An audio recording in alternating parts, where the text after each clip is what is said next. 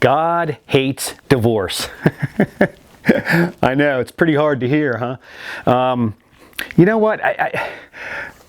Am I the only one who's sick and tired of seeing these Hollywood types and whatever? These people out there that are like, oh, we've decided to lovingly call it quits after 20 years or 10 years or 12 years or whatever. Or, me and my wife are still best friends, but we just decided we can't live with each other anymore after having like 2 or 3 or 5 kids, by the way. Oh, and those kids will be fine. Divorce doesn't have any impact on the children.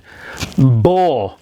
I know adults that are in their 40s and 50s that are still, to this day, affected by their divorce. They have their issues, and it's just, some of them are deep-seated, some of them are just surfacey, or whatever, but, and it's like, I was just at a wedding last weekend, and it was really interesting how the pastor phrased it. He said, getting married is more like a covenant rather than a contract. And he went on to say that a contract is generally made up between 2 people that do not trust each other. And I thought, well, that's kind of interesting. And he said, but a covenant is between 2 people that trust and love each other, right? Which you would think would make sense with people that are getting married. What bugs me is they go through the whole for better, for worse, and then, something comes along, they're like, oh, we can't handle it, we can't stand each other, and whatever, we're just calling it quits. And, don't you always think they should put as much effort into trying to salvage their marriage as they do in trying to find someone else while they're still married? You find out they're dating, one's dating or cheating, or both of them are, or whatever, and they just kind of blow it all away, like, oh well, it's just so easy to get divorced nowadays, it's no big deal. Oh, we have young infants, like these movie stars, like, I'm not going to name names, but you know who I'm talking about, these guys that jump from woman to woman and have kids with them, and then they leave with these newborns or these toddlers. I mean, they're no real men. They're not around for their kids. They say they are. Well, I'm around for my kid. Yeah, you sharing them with your new girlfriend or whatever. Anyway, let's see what God has to say about it. I already told you how he feels, but I'll read it. It's in the book of Malachi, chapter 2, verse 16. This is God talking. He says, I hate divorce, says the Lord God of Israel. And then he goes on to say other things that he's hating. But what he's talking about is that, humans have broken the covenant that God set aside for them and their wife, and it says, you're turning your back on the wife of your youth. You've broken faith with her. Although she's your partner, you're getting rid of that partnership.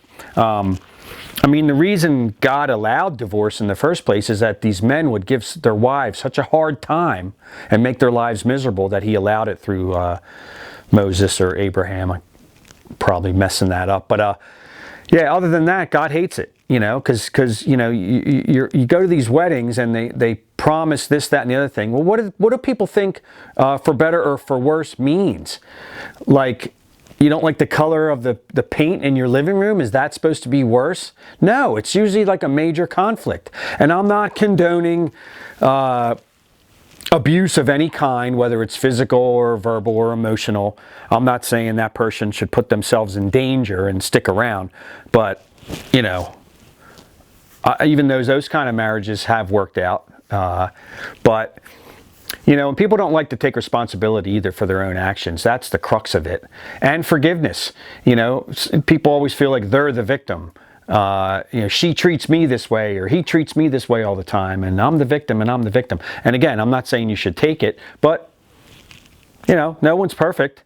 And sometimes you do have to take it. And if it's some little idiosyncrasy that you don't, I said that word wrong twice, that you don't like or whatever. And you should verbalize your thoughts to your spouse, and you should have communication, of course.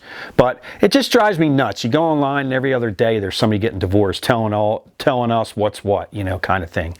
So, and half the problem is, most of these people shouldn't be married in the first place. They rush into it. They don't spend any kind of time getting to know the person and getting to make sure that you have a lot in common, and that you're equally yoked and all that kind of stuff. So I don't know. I just, it's sad to think about it. I know there's a lot of people that do remain married, and, you know, that's a good thing. But yeah, it's just a shame that it's just taken so lightly.